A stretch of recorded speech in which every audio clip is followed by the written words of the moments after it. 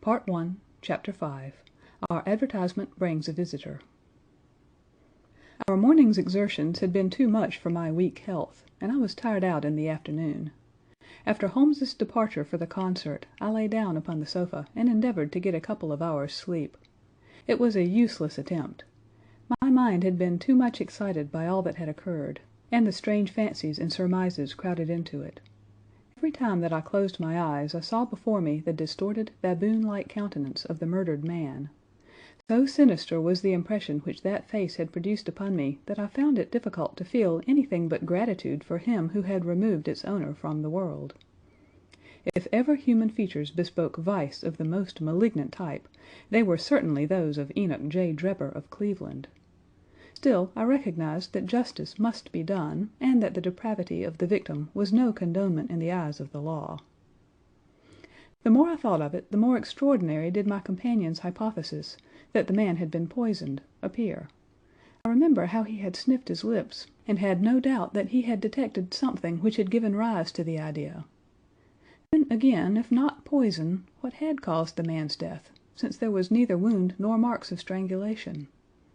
But, on the other hand, whose blood was that which lay so thickly upon the floor?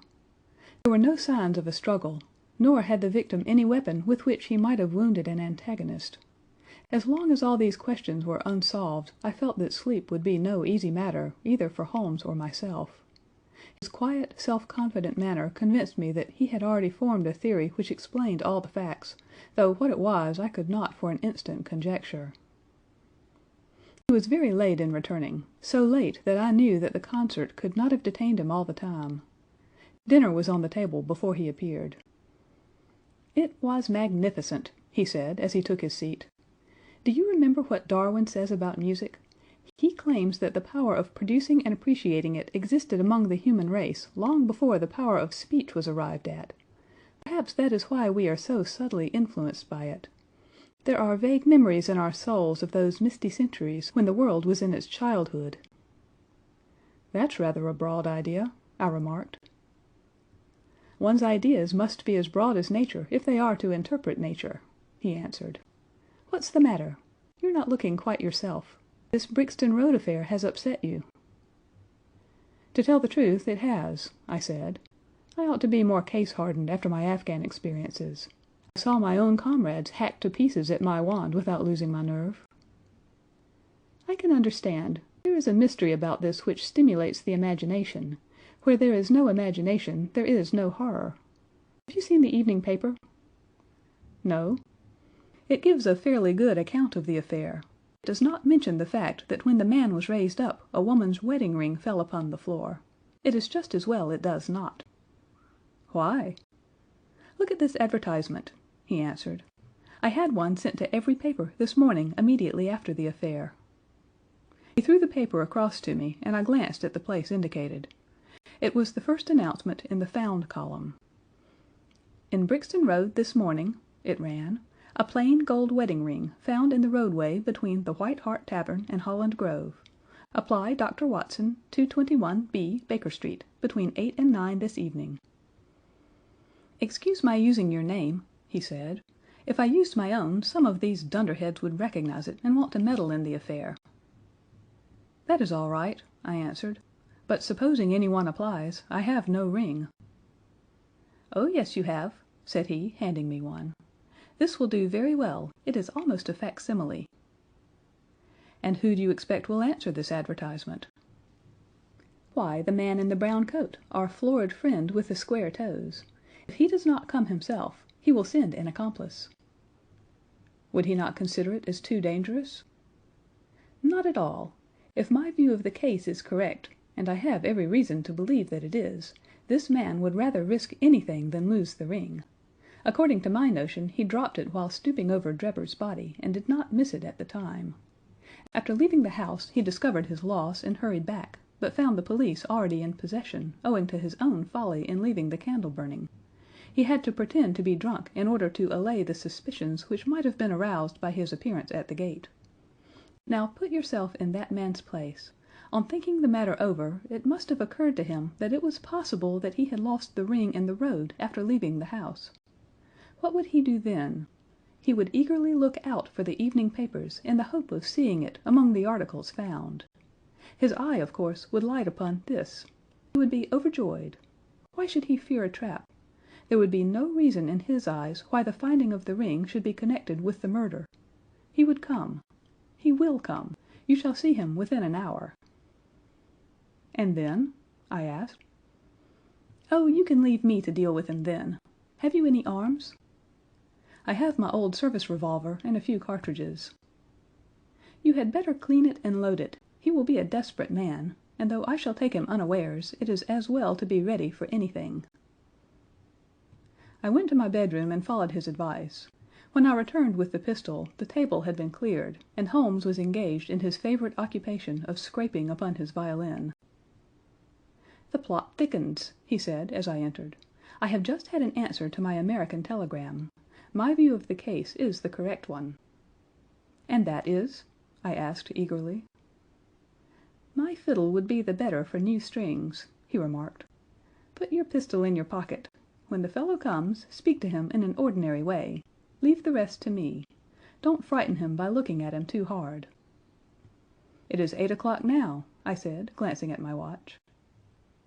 "Yes, he will probably be here in a few minutes. Open the door slightly. That will do. Now put the key on the inside. Thank you. This is a queer old book I picked up at a stall yesterday, De Jure Inter Gentes, published in Latin at Liège in the Lowlands in 1642. Charles's head was still firm on his shoulders when this little brown-backed volume was struck off." "Who is the printer?" "Philippe de Croy, whoever he may have been. On the flyleaf in very faded ink is written Ex Libris Juliomi White. I wonder who William White was. Some pragmatical 17th century lawyer, I suppose. His writing has a legal twist about it. Here comes our man, I think." As he spoke there was a sharp ring at the bell. Sherlock Holmes rose softly and moved his chair in the direction of the door. We heard the servant pass along the hall, and the sharp click of the latch as she opened it. "Does Dr. Watson live here?" asked a clear but rather harsh voice. We could not hear the servant's reply, but the door closed, and someone began to ascend the stairs. The footfall was an uncertain and shuffling one. A look of surprise passed over the face of my companion as he listened to it. It came slowly along the passage, and there was a feeble tap at the door. "Come in," I cried. At my summons, instead of the man of violence whom we expected, a very old and wrinkled woman hobbled into the apartment. She appeared to be dazzled by the sudden blaze of light, and after dropping a curtsy, she stood blinking at us with her bleared eyes and fumbling in her pocket with nervous, shaky fingers. I glanced at my companion, and his face had assumed such a disconsolate expression that it was all I could do to keep my countenance. The old crone drew out an evening paper and pointed at our advertisement. "It's this as has brought me, good gentleman," she said, dropping another curtsy. "A gold wedding ring in the Brixton Road. It belongs to my girl Sally, as was married only this time 12 month, which her husband is steward aboard a Union boat, and what he'd say if he comes 'ome and found her without her ring is more than I can think, he being short enough at the best o' times, but more especially when he has the drink. If it please you, she went to the circus last night along with—" "Is that her ring?" I asked. "The Lord be thanked!" cried the old woman. "Sally will be a glad woman this night. That's the ring." "And what may your address be?" I inquired, taking up a pencil. 13 Duncan Street, Houndsditch, a weary way from here." "The Brixton Road does not lie between any circus and Houndsditch," said Sherlock Holmes sharply. The old woman faced round and looked keenly at him from her little red-rimmed eyes. "The gentleman asked me for my address," she said. "Sally lives in lodgings at 3 Mayfield Place, Peckham." "And your name is?" "My name is Sawyer, hers is Dennis, which Tom Dennis married her, and a smart, clean lad, too, as long as he's at sea, and no steward in the company more thought of. But when on shore, what with the women, and what with the liquor shops—" "Here is your ring, Mrs. Sawyer," I interrupted, in obedience to a sign from my companion. "It clearly belongs to your daughter, and I am glad to be able to restore it to the rightful owner." With many mumbled blessings and protestations of gratitude the old crone packed it away in her pocket and shuffled off down the stairs. Sherlock Holmes sprang to his feet the moment that she was gone, and rushed into his room. He returned in a few seconds enveloped in an ulster and a cravat. "I'll follow her," he said hurriedly.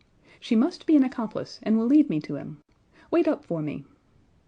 The hall door had hardly slammed behind our visitor before Holmes had descended the stair.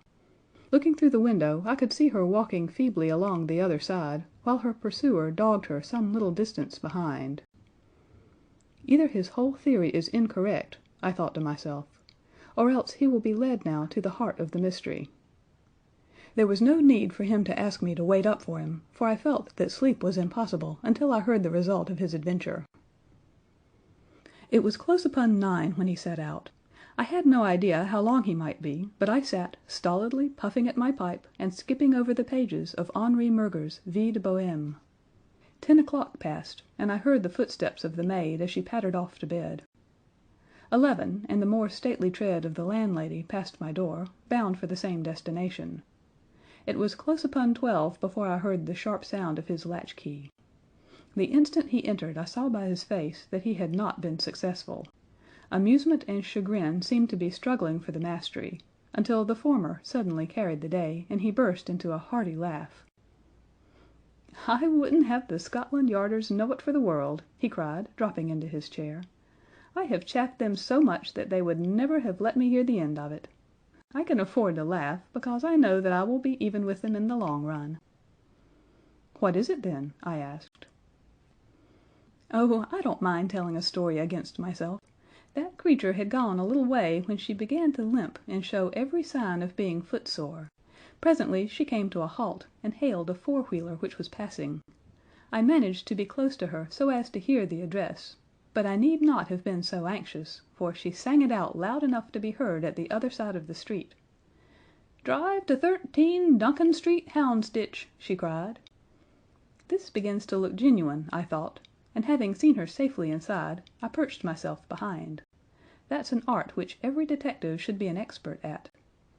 Well, away we rattled, and never drew rein until we reached the street in question.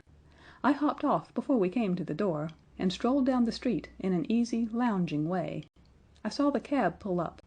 The driver jumped down, and I saw him open the door and stand expectantly. Nothing came out, though. When I reached him he was groping about frantically in the empty cab, and giving vent to the finest assorted collection of oaths that ever I listened to.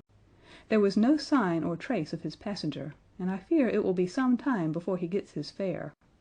On inquiring at number 13, we found that the house belonged to a respectable paperhanger named Keswick, and that no one of the name either of Sawyer or Dennis had ever been heard of there.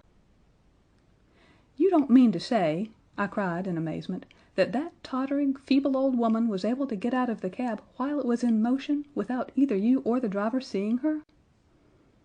"Old woman be damned," said Sherlock Holmes sharply. "We were the old women to be so taken in. It must have been a young man, and an active one, too, besides being an incomparable actor. The get-up was inimitable. He saw that he was followed, no doubt, and used this means of giving me the slip. It shows that the man we are after is not as lonely as I imagined he was, but has friends who are ready to risk something for him. Now, Doctor, you are looking done up. Take my advice and turn in." I was certainly feeling very weary, so I obeyed his injunction. I left Holmes seated in front of the smoldering fire, and long into the watches of the night I heard the low, melancholy wailings of his violin, and knew that he was still pondering over the strange problem which he had set himself to unravel. End of Part 1, Chapter 5.